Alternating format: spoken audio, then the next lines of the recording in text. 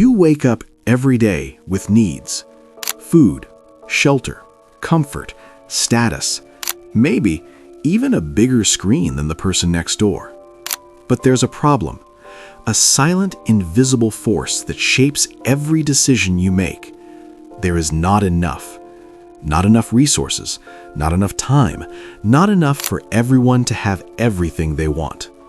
This is scarcity. And from this single problem, an entire system was born.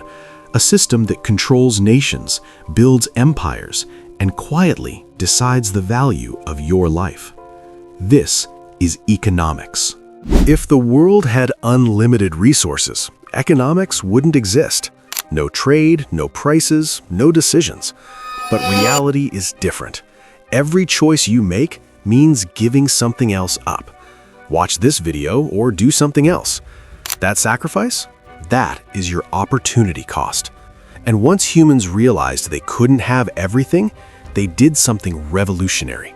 They started to trade. Imagine two people. One has apples, the other has bananas. Alone, they survive. Together, they improve. Trade creates value, not because people are perfect, but because they are different. This is comparative advantage. Even if you're not the best at anything, you can still be useful. Because in economics, you don't need to be the best. You just need to be better relative to something else. And from this simple idea, entire global markets were born. Markets are everywhere, from street vendors to global stock exchanges. They run on one simple rule: incentives drive behavior. Lower prices, people buy more. Higher profits, people produce more. This constant push and pull creates supply and demand, and where they meet, a price is born. Not decided by one person, but by millions of decisions happening at once. An invisible coordination, an invisible system, what some call the invisible hand. But trade had a problem. What if you have a goat but need Wi-Fi? That's when humanity invented money. A simple idea, a medium of exchange, a store of value, a unit of measurement. Money didn't create wealth, it made exchange efficient. And then came banks, institutions that didn't just store money, but created it through loans, through trust, through a system so fragile that if everyone panics at once, it collapses. The invisible hand. Look around you. Everything you see is the result of a process. Resources, people, tools, land, labor, capital. These are the building blocks of every economy. But what separates rich nations from poor ones is not just resources, it's productivity. How efficiently a society can turn effort into output.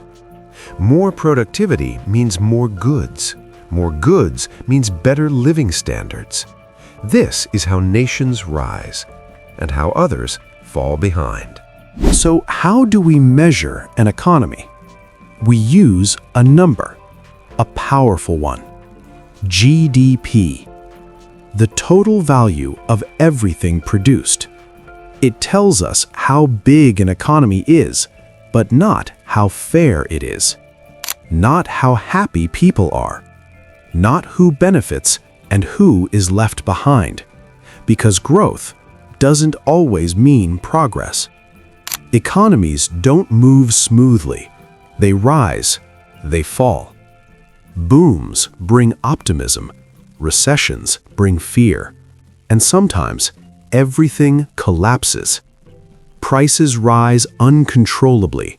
This is inflation. When money loses meaning, you enter a nightmare called hyperinflation, where billions can't even buy bread. So who controls this chaos? Central banks. They control money. They control interest rates. Too much money, inflation rises. Too little, the economy freezes. So they adjust carefully, trying to balance a system that was never meant to be stable. Governments step in. They tax, they spend, they borrow, building roads, funding systems, sometimes wasting billions. When they spend more than they earn, they create debt. And over time, that debt becomes a burden, a quiet pressure on future generations. No country exists alone. Trade connects everything. Coffee from one nation, cars from another. Each country specializes based on what it does best. But globalization is fragile. One disruption can shake the entire world. A single ship, a single shortage, a single crisis, and everything changes. Your job? It's part of a market too. Companies buy your time, you sell your skills. But wages aren't always fair. Some rise to the top, others struggle to survive, and the gap between them keeps growing.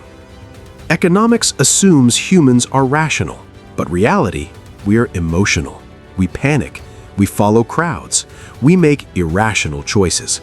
We fear losses more than we value gains, and because of that, markets are not perfectly logical. They are human, and therefore flawed. So what is economics really? It's not just money, it's not just markets. It's the study of choices in a world where nothing is unlimited.